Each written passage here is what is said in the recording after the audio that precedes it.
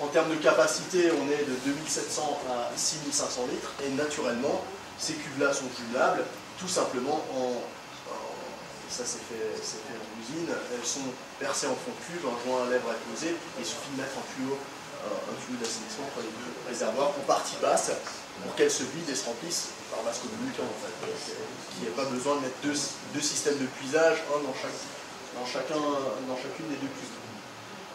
Alors la gamme Cara XL, donc ça c'est une de nos nouveautés du début d'année, ça nous permet d'avoir un monobloc 8500 litres et 10 000 litres. Lui-même, encore une fois, à chaque fois jumelable. Ce qui permet d'augmenter les volumes en monobloc, ce qui est souvent plus rassurant pour le particulier de ne pas avoir de réservoir jumelé. Un monobloc 10 litres, c'est important dans une gamme. Alors, contrairement à la Cara traditionnelle, Cara XL est fabriqué en rotomoulage. Donc ça, c'est un autre process de fabrication.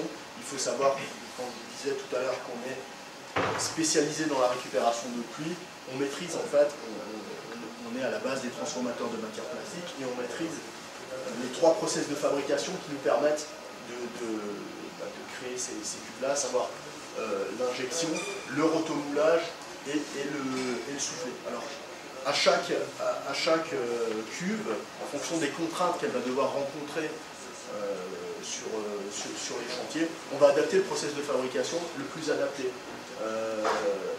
C'est l'avantage de maîtriser les trois gros process. Là, les volumes 8500 litres, 10 000 litres, en injection, c'est plus possible. C'est des moules qui seraient vraiment trop importants.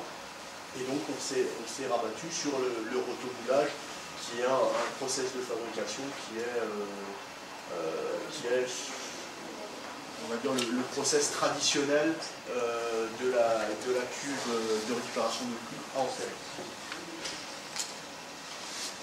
Vous avez des photos de chantier, et dans ces cas-là, vous avez des cubes jumelés, donc elles sont jumelées en partie basse.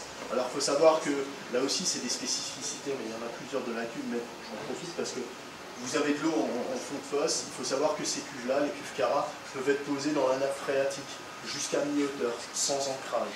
Elles sont prévues pour ça et elles ne remonteront pas pour autant. Dans leur conception, elles ont été prévues pour ça. Je rebondis aussi sur une chose quand on parle de mise en œuvre.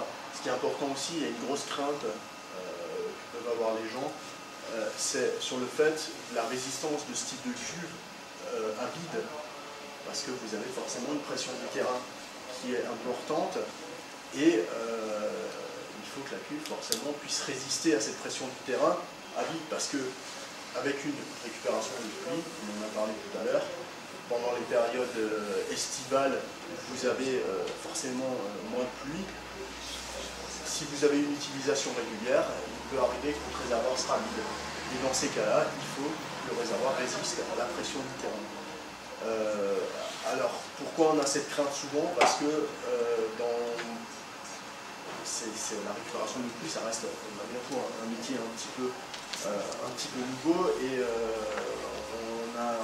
il y a beaucoup de choses qui se pratiquent. Alors, il y a des gens qui font de la récupération de pluie avec la fosse septique, par exemple.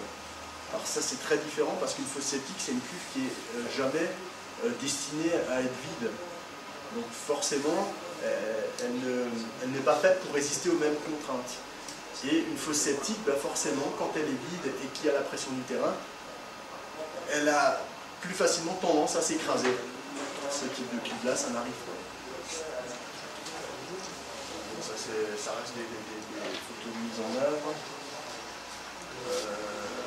On a un tuyau qui permet, on demande en fait, lors de la mise en œuvre, de mettre un tiers d'eau dans le réservoir avant de reblayer, tout simplement pour qu'elle se stabilise bien dans le fond de la fosse.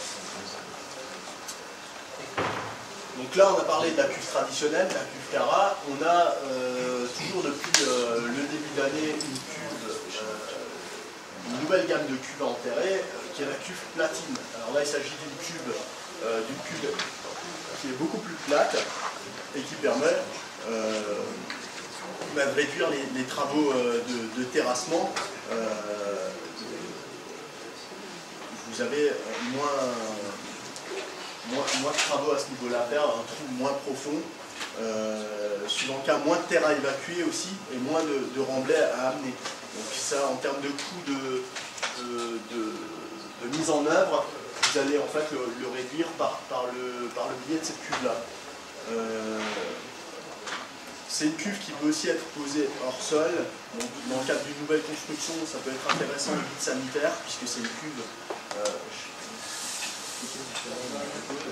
Voilà. C'est une cuve qui va faire à peu près 1 mètre de haut, donc ça peut être vraiment intéressant à ce niveau-là.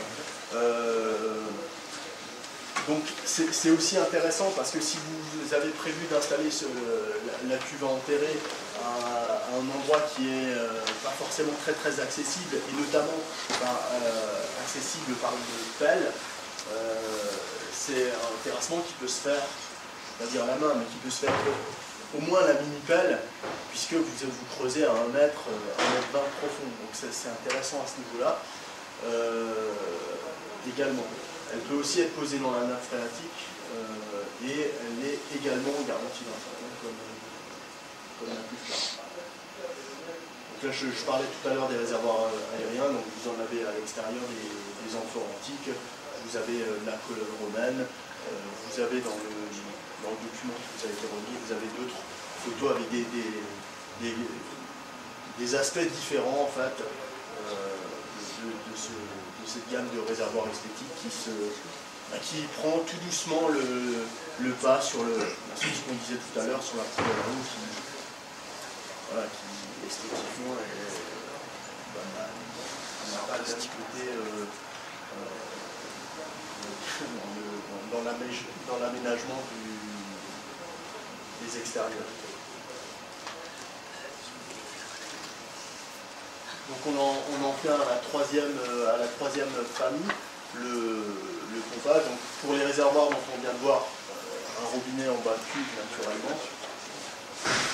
Pour les réservoirs enterrés, le pompage va dépendre tout simplement de l'usage qu'on va souhaiter en faire. Donc, soit on va rester sur un usage extérieur, on en a parlé tout à l'heure, de l'arrosage, le lavage de la voiture, du nettoyage du pavé, ce genre de choses. Et donc dans ce cas-là, on va rester sur une cuve, sur une pompe de jardin classique, une pompe immergée. Ou dans l'autre cas, on va être dans celui d'un usage habitat avec dans un premier temps les toilettes et éventuellement la machine à laver. Et dans ces cas-là, effectivement, la réglementation impose une disconnexion et on a une pompe qui permet cette disconnexion entre les eaux pluviales et le réseau d'eau de vie.